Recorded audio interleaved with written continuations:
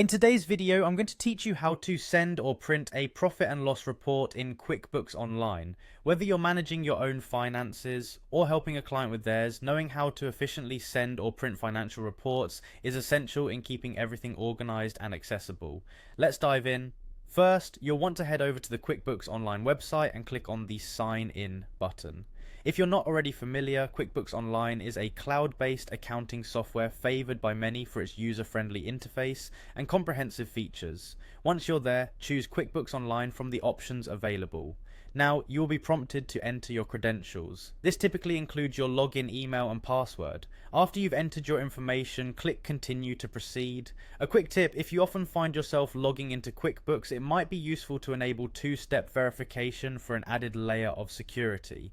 Once you're logged in, navigate to the Reports tab, a useful feature in QuickBooks that offers a range of different financial snapshots for your business. In the search bar, type Profit and Loss. You'll see a list of related reports and you should select the one that matches your needs. Once you've found the Profit and Loss report, click on it. This report provides an overview of your income, expenses, and net profit or loss during a specific time frame, so it's particularly useful for keeping tabs on your business's financial health. Next, direct your attention to the report summary.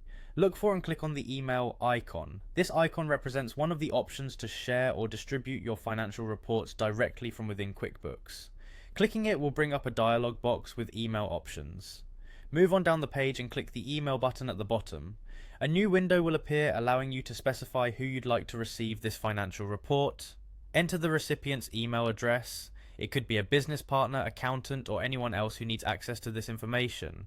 Add as many email addresses as necessary, separating them with commas. Don't forget to personalize the subject and body of the email to ensure it resonates with the recipient and provides context. A well-captioned email can mean the difference between timely responses and utter confusion. Finally, once you're satisfied with your email setup, double-check everything for accuracy. When you're ready, simply click on Send. And there you have it, you've successfully sent your profit and loss report from QuickBooks Online.